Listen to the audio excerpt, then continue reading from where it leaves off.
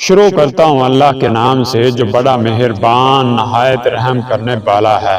حضرت حزقیل بن بوری حضرت موسیٰ علیہ السلام کی وفات کے بعد یوشع بن نون اور کالب بن یفنہ کی طرح حضرت موسیٰ علیہ السلام کے خلیفہ ثالث قرار پائے۔ جنات الخلود میں ہے کہ وہ کالب کے جانشین تھے اور حضرت موسیٰ کے دین کی تبلیغ کرتے تھے۔ پھر خداوند عالم نے انہیں درجہ نبوت پر فائز فرمایا۔ ان کا کام بھی بنی اسرائیل کی ہدایت فرمانا تھا۔ انہوں نے اپنی پوری توجہ کے ساتھ حکم خداوندی کی تعمیل کی اور وہ انہیں ہدایت فرماتے رہتے تھے۔ دوستو، حضرت حزقیل کے والد بوری کی 2 بیویاں تھیں۔ ایک بیوی سے 10 فرزند تھے اور دوسری بیوی سے کوئی اولاد نہ تھی۔ وہ بیوی جس سے کوئی اولاد نہ تھی وہ بانجھ ہونے کی حالت میں بوڑھی ہو گئی تھی۔ ایک دن بوری گوشت قربانی لے کر آئے تو اسے اس طرح تقسیم کیا گیا کہ ایک بیوی کو 11 حصے ملے اور دوسری بیوی کو صرف 1 ملا۔ اس واقعہ سے وہ دل تنگ تھی ہی کہ صاحب اولاد بیوی نے طنز کرنا شروع کر دیا اور اس سے کہا کہ تو بانجھ ہے، تیری کوئی حیثیت نہیں، تو میرے مقابلہ میں کچھ بھی نہیں ہے۔ بانجھ بیوی کو بڑا دکھ ہوا اور وہ نماز میں رات کے وقت تضرع و زاری کرنے لگی۔ ایک رات کو ساری توجہ حضرت باری کی طرف مبذول کر کے دعا کی، میرے پالنے والے، میں اگرچہ ضعیفہ ہو چکی ہوں اور اصولاً اولاد سے مایوسی مسلم ہو چکی ہے، لیکن تو بڑا قادر و کریم ہے۔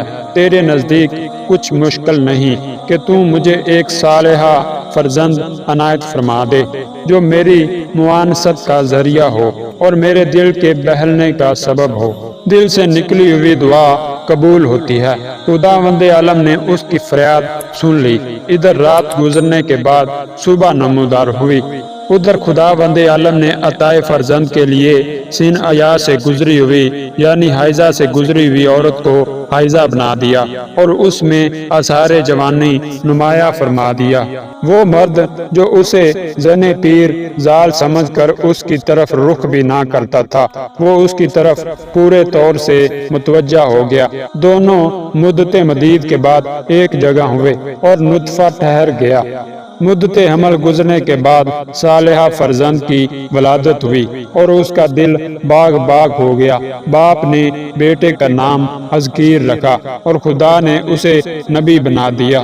حضرت حزقیل علیہ السلام چونکہ نہایت ضعیف عورت سے پیدا ہوئے تھے جو کہ بوڑھی ہو چکی تھی، اس لیے ان کا لقب ابن العجوز قرار پایا یعنی بوڑھی عورت کے بیٹے۔ ایک روایت کی بنا پر نبوت تو وہ بطن مادر سے لے کر آئے تھے۔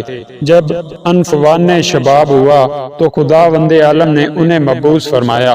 حیات القلوب سے ان کی بعثت کی جگہ اوزان اور بار روایت واسط معلوم ہوتی ہے۔ اورائے سولبی میں دوردان جو کہ قبل واسط واقعہ اور مرقوم ہے۔ روزہ الصفا میں ایلیہ لکھا ہے۔ ایک روایت میں تحریر ہے یعنی شام کا ایک گاؤں۔